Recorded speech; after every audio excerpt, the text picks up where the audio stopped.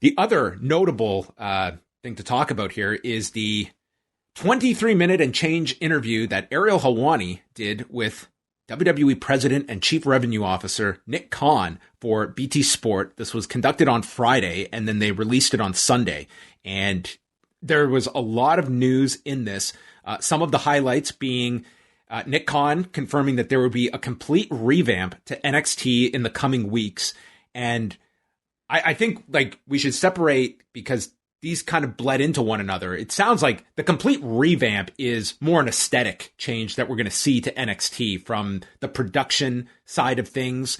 But then he kind of went into sort of their talent recruitment philosophy and wanting to make it more of a streamlined process of bringing in big athletes and transitioning them into the system in an easier way than I guess was doing previously.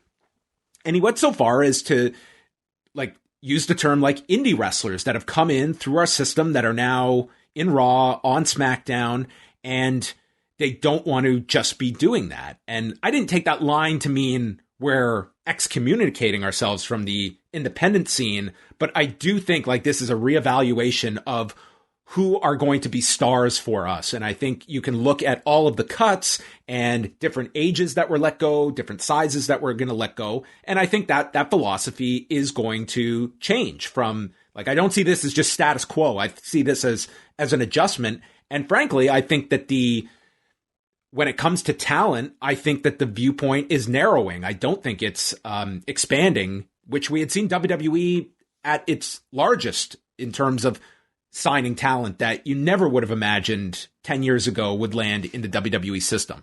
That was, I guess, some of your thoughts weigh on that, the NXT subject, because that was probably the most discussed aspect of the interview. You know, it was the first time I think we heard vocal confirmation from somebody up top in the WWE about some of these changes that have been occurring in NXT and only maybe, reported on by journalists or discussed by fans and speculated on. But, we all knew that NXT was about to change. We all looked at this coming takeover as some sort of end of an era. And that seems to be the case, at least, in terms of the way it looks and certainly in the number of hires. I don't think it's any coincidence the number of people on that list of releases were like either people who simply didn't fit the bill or were a bit older. It seems to me that this is in line with maybe some of the discussion that this is an NXT that'll be moving more back towards a traditional WWE developmental concept.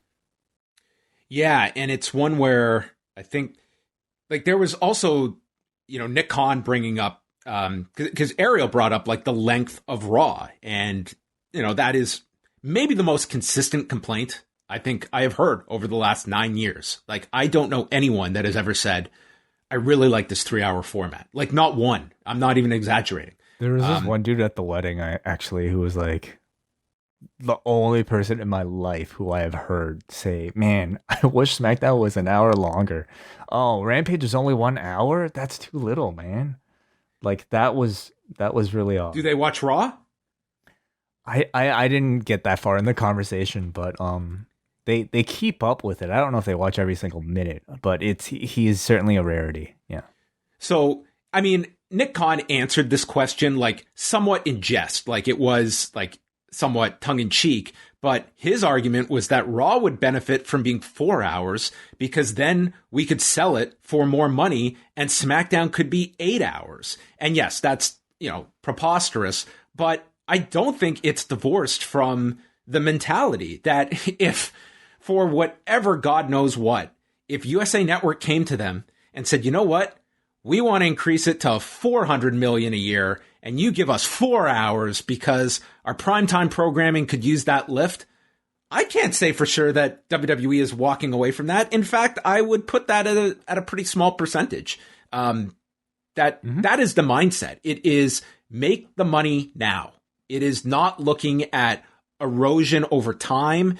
That is, to them, the cost of doing business. If we're looking at a 20% erosion from extending the length of a show, and we're getting X amount of millions in exchange for that percentage, then we weigh that and we're going with the immediate money now. This is And this was a fascinating interview because for a number of reasons, because Nick Khan is very good in these media settings. And I think typically his audience in these interviews is either a shareholder, it's a business or tech analyst, and he is very good with that audience.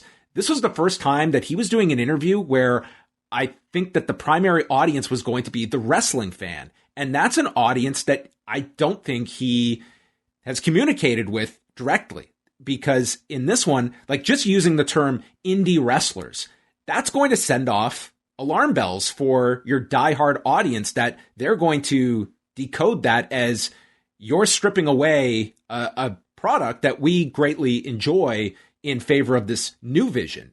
And just, throwing out this length of Raw, like this is, yes, to the benefit of the company, that would be great to do 24 hours of Raw at a time. Your audience is pretty clear in its response to the length of the show. But this is, if you are a shareholder, this is what you want to hear.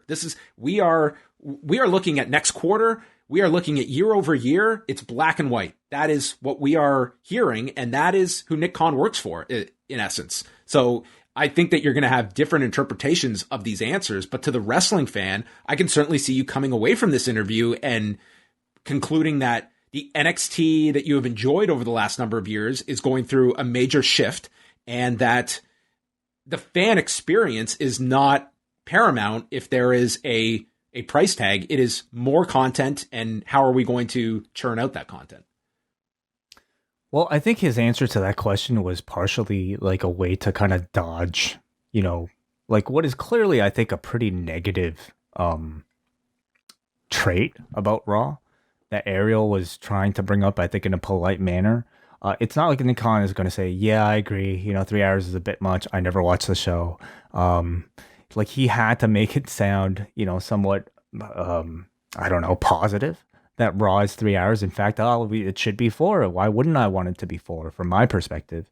So I feel like that was interesting for me to see, is like how he is able to flip these answers into things that, he could basically, I don't know, politicize to work for himself.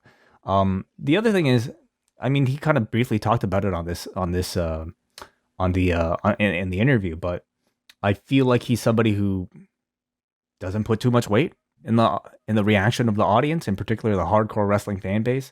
His bottom line is the bottom line. He looks at how much money this company is making, and that's the only thing he has to worry about. And the hardcore audience, their dislike of a certain show or a review or a match, or how many stars a match certainly has, I don't think he pays too much attention to, even though he does say that he does have a Twitter account and he does see all the reactions to it.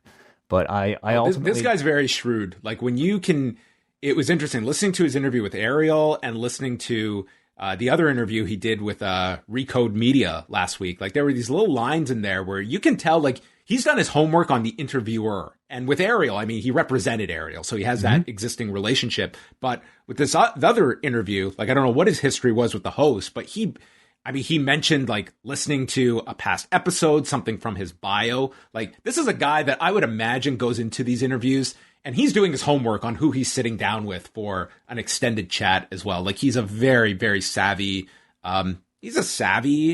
businessman. Like, and I think that is to his credit, and that comes across. He's very well spoken, and he speaks with great knowledge of the television industry, that the WWE, that is their lifeblood, and they've got arguably the best person to be out there negotiating these next contracts for them. But it is also, you're just looking at, it just seems like there is such a stark contrast now between WWE and what they are doing and now AEW. Like, this feels almost like they are getting NXT out of that lane. We are no longer competing for the same independent talent that you are. We are over here, almost differentiating the two. And you are seeing, in terms of television numbers, one that is growing and one that is decreasing. And where is that going to be several years from now? I can guarantee that Nick Khan is very aware of AEW and probably studying them and everything that they're doing, because come a few years from now, when they're out in the market negotiating their rights, that's going to be a very, very important series of deals for AEW and where their product is from now. And it also, like within pro wrestling, you always will hear it's a complaint of, oh, all of these WWE guys that are going over to AEW. To the shareholder or to an analyst, I think they're looking at it from just a larger picture, and they're seeing things that, like a CM Punk and that success that they had, because that's a kind of performance on Friday night that is going to get the attention. And the response is not, oh, it's an ex-WWE guy. It's why is that guy who was brought up in this system now over there? And why are these stars that we had been seeing on this programming that we are shareholders in, why are they now over there lifting this other company up in that lane? I think that's, to some, they look at it as like this negative perception that this talent is going over there. But I look at it that it's this perception of, a lot of stars that were from a WWE system are now going and they're being stars for someone else. And they are very relevant stars that are significantly moving their business up. I think it depends on how savvy the investors even are, to be aware of, like, as big as the CM Punk thing feels like it is to us. I mean, come those quarterly reports and those phone calls, I don't know how much those people are paying attention to even the day-to-day, even when it comes to something as big as CM Punk's return. I think as long as WWE's financials look good for that quarter, I don't know how much attention they care about the competition, how much they're paying attention to, Bryan Danielson making a return. I think they simply look at everybody as numbers. It definitely feels like with the shift of NXT, it feels like they're kind of throwing in the towel on this whole super indie concept that they were trying out and pretty much letting AEW run with it. And, do you want, like, we no longer really want to create the sub promotion that listens to the demands of the hardcore fan base and tries to chase those star ratings. We're going to leave it up to those guys to chase, what they consider to be crumbs. But I mean, those crumbs are a lot more abundant than I think. I think it's a great mistake today to be looking at the quote unquote hardcore wrestling fan as if it's like, it's this chat room full of, a couple thousand people. It's a lot larger than people give credit to, and it's a growing audience as well. So I think when you're able to, and that's again with like NXT, like this was a product that was able to successfully sell out the Barclays Center with the WWE promotion and machine behind it. It was, it was a very viable product, but it also came in contrast to what we were seeing on the main roster. Like this was a system that when you break it down, this was not going to work. This ultimately had to come to a head where what is the purpose of NXT? It shifted its focus. It became two NXTs at one point where we can't just be developmental when we are also now trying to be this super indie, for lack of a better term. And we want to go on the road and tour with names that have that experience, that have that cachet.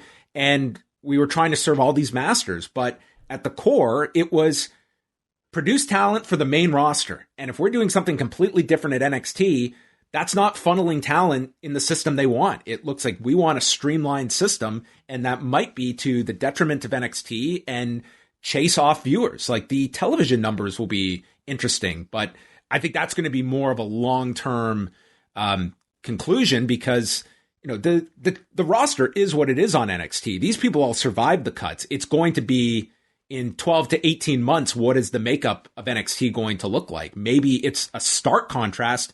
Maybe it's somewhere in the middle. But I mean, I think everyone is bracing for changes. It's just how significant will they be? As disappointed as I think many NXT fans are about maybe some of the potential shift in direction, I mean, we can all be honest in saying that this was not working. The current system was not working. You get people hot enough within NXT, they're never making it out of that system. And even if they do, they're not necessarily primed for success because Vince McMahon does not think of those same people as stars. So it was not working. It was an inefficient developmental, you can argue. And ultimately, I think it was perhaps a mistake to try to head into that direction. and now they're changing course. So we see in a few years' time whether or not they can find their next John Cena with this new developmental system.